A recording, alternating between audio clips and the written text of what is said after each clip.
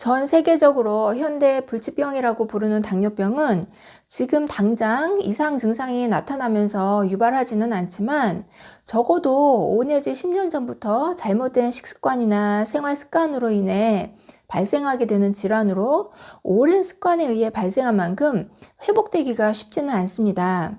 그래서 오늘은 혈당 조절을 위해 어떻게 밥을 지어 먹으면 되는지, 또 귀찮게 운동하러 밖에 나갈 필요 없이 편하게 의자에 앉아서도 혈당을 뚝 떨어뜨리는 방법이 있는데요. 그건 무엇인지 준비했습니다.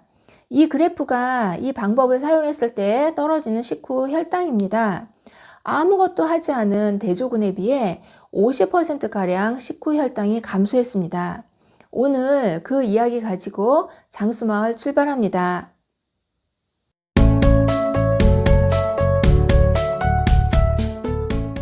안녕하세요. 장수마을 주민 여러분, 정순덕입니다. 밥심이라는 말이 있을 만큼 우리 한국인은 밥을 좋아합니다. 특히 찰진 쌀밥은 꿀맛이죠. 하지만 이 맛난 쌀밥은 혈당을 쉽게 올린다는 단점 때문에 먹을 때 고민이 많이 되는 게 사실입니다. 그런데 마음 놓고 쌀밥을 먹을 수 있는 방법이 있었습니다. 밥의 새로운 변신, 바로 저항성 전분으로 만드는 방법인데요. 어떻게 하면 혈당 걱정 없이 마음 편하게 밥을 먹을 수 있는지 두 가지 방법을 알려드릴게요. 첫 번째, 냉장 보관으로 찬밥 만들기입니다. 일반적으로 저항 전분이 가장 활성화되는 온도는 1에서 4도 사이라고 합니다. 그러니까 냉장 보관이 딱이겠죠? 기본적으로 6시간에서 12시간 사이가 좋다고 하는데 12시간 정도 냉장고에 넣어두면 저항성 전분이 10배 이상 늘어난다고 합니다. 그럼 먹을 때 찬밥을 먹어야 하나? 이거 궁금한 분들 계시죠? 저항성 전분은 한번 만들어지면 다시 되돌아가지 않습니다. 냉장고에서 밥을 꺼낸 다음 전자레인지에 넣어 밥을 따뜻하게 데펴서 드시면 됩니다. 물론 방금 한 밥의 그 찰진 맛은 덜하지만 혈당 관리하시는데 이 정도는 양보하셔야죠. 두 번째 방법은 밥 지을 때 기름 한 스푼 넣는 방법입니다.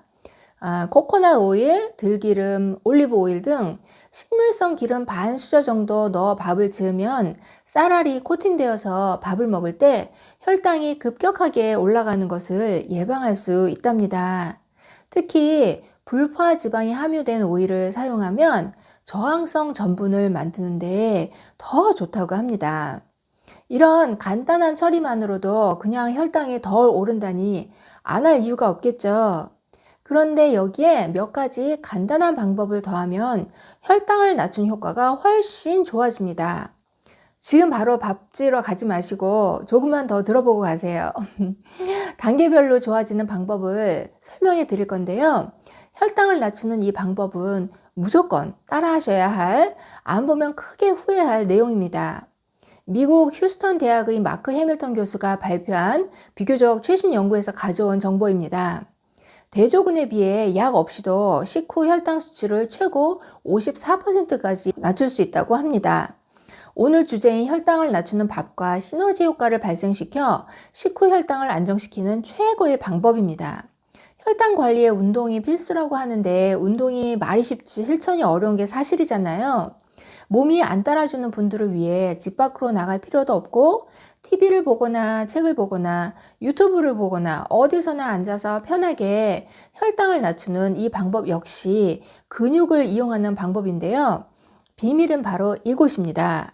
이게 혈당을 낮춘다니 정말인가 싶으시죠?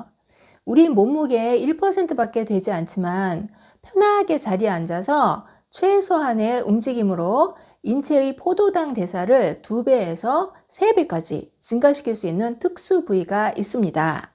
우리는 매일 걷거나 움직이면서 하체를 사용하는데 하체 중에서도 걷기나 계단 오르기 같은 일상적인 움직임으로 자극되지 않는 부위가 있습니다. 바로 가자미근이라고 하는 종아리 이 부분인데요. 여기를 자극하는 간단한 방법이 있습니다. 이 그래프가 이 방법을 사용했을 때 떨어지는 식후 혈당 수치입니다. 아무것도 하지 않은 대조군에 비해 50% 이상 식후 혈당이 감소했습니다. 혈당 때문에 만보 걷기 이런 거 하실 필요가 없다는 이야기입니다. 왜 가자미근을 자극했을 때 혈당이 이렇게 떨어지냐면요. 우리 몸에 있는 모든 근육의 에너지원은 포도당입니다. 식후에 운동을 했을 때 혈당이 떨어지는 것 아시죠? 대부분의 근육은 저장된 포도당과 음식으로 들어온 혈중 포도당을 동시에 에너지원으로 활용합니다. 하지만 가자미근은 저장된 포도당의 양이 극히 적어서 움직임을 지속하려면 혈중 포도당을 사용할 수밖에 없습니다. 강제로 혈액 속에 있는 포도당을 막 빨아들여야 한다는 이야기입니다. 같은 시간 몸을 움직여도 다른 부위에 비해 혈당을 더 효율적으로 사용하니까 혈당 더 많이 낮아지겠죠. 같은 시간 걷는 것 대비 10배, 달리기에 비해 3배나 더 많은 산소를 소모하고 포도당을 빨아들이는 양은 가만히 있을 때 대비해서 최소 2배에서 많게는 3배까지 상승했습니다. 그렇다면 구체적으로 종아리 쪽 근육을 어떻게 사용하는지 알려드리겠습니다. 의자에 앉으셔서 다리를 바닥에 붙이시고요. 발 앞꿈치를 붙이시고 발 뒤꿈치를 들어 올리셨다 내리시고 들어 올렸다 내리시고 이거 반복하시면 됩니다. 자리에 편히 앉으시면서 TV를 보시면서 해도 되고 책을 보면서 해도 되고 유튜브 보면서 해도 됩니다. 틈만 나면 하세요. 회사원들은 회사 업무 보면서도 할 수 있습니다. 30분만 해도 혈당 수치를 20 정도 낮출 수 있습니다. 식후 혈당이 200 되는 사람이 식후에 이거 하면 180 된다는 얘기죠. 당뇨 초기나 전 단계에서는 20이라는 수치가 얼마나 큰 수치인지 아시죠? 오래 하면 할수록 떨어지는 수치는 점점 더 커지니 각자 자신의 몸에 맞게 TV 보시면서 편하게 시도해 보세요. 나는 나이가 많아서 안 된다는 생각이 드는 분들도 계시죠? 22세에서 82세까지 젊은이나 고령층이나 모두에게 비슷한 효과가 나왔습니다.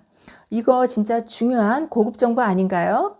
건강 유튜브를 챙겨보시는 분들을 두 그룹으로 나눌 수 있습니다.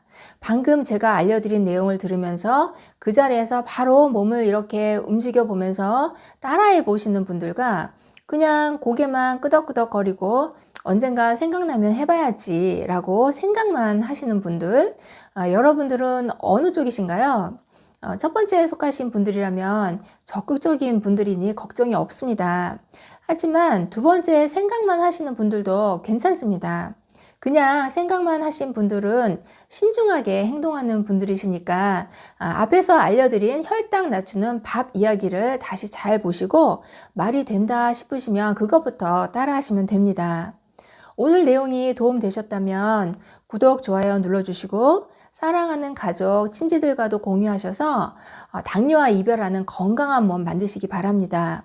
장수마을 주민 여러분, 긴 영상 봐주셔서 감사합니다. 들어가세요.